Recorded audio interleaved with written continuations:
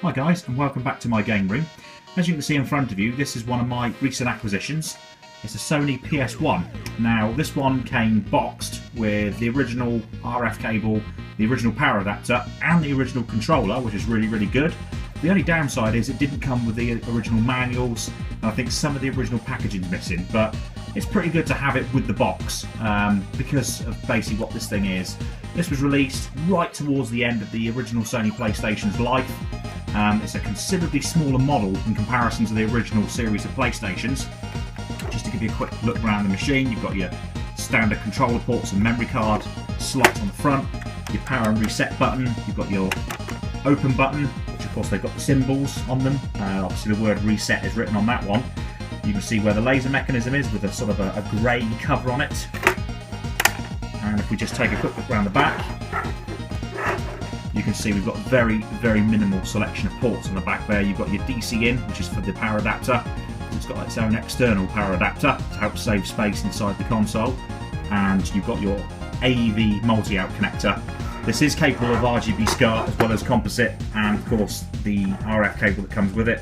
And it works with all the existing PlayStation all the existing PlayStation AV multi-out cables. So if you already had some and you want to pick one of these up, then you can use the original cables. I actually got this from a really cool game shop in Fish Ponds in Bristol. It's in an area of Bristol. It sells a lot of retro video game consoles, games as well, accessories, all that kind of good stuff. So if you're in this area at any stage, it's worth checking that shop out. I've just left a quick picture of it, as you can see there at the front of the shop. So yeah, that's the PS1. If we try and bring in my SCPH 1002,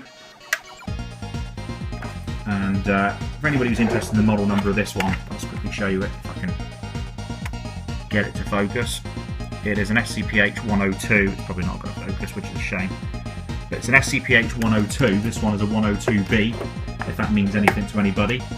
So if I just come out a little bit further, there's your size comparison with the original Sony PlayStation. As I say, this is my 1002, which you can tell from the open power written on the buttons, and of course the laser mechanism pointing diagonally upwards on that one.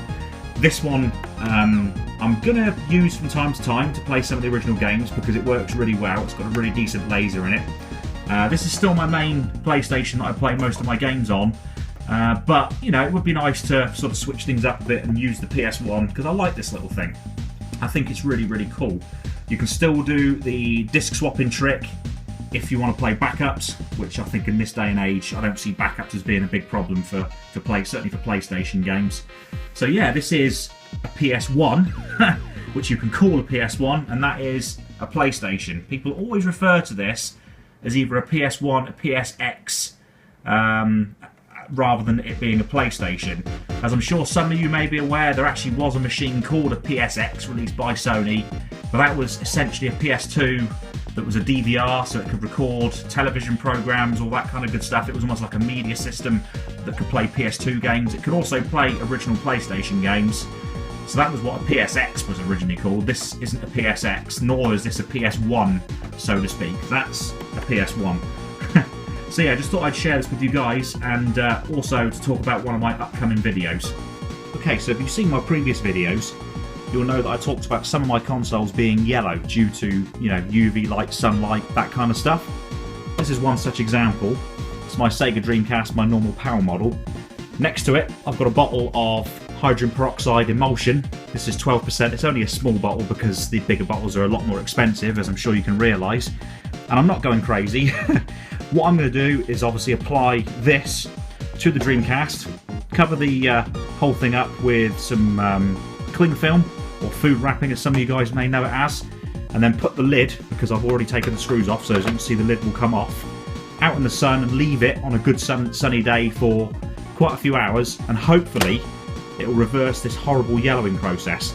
Quick shout out to the iBook guy, because this is one of his ideas, to try and buy some like pre-made creamy hydrogen peroxide solution, apply it to yellow plastic like this, and then either stick it under a UV light if you've got access to one, or just put it out in the sun, which is exactly what I'm going to do. So I may well do a video documenting that process so that you can see some of my machines going through that process. This one will be first, and then I'll do my Amiga A1200 keyboard and covers, and then I'll also do my Super Nintendo that's got some yellowing as well. So thanks for watching again, guys, and hope to see you again soon.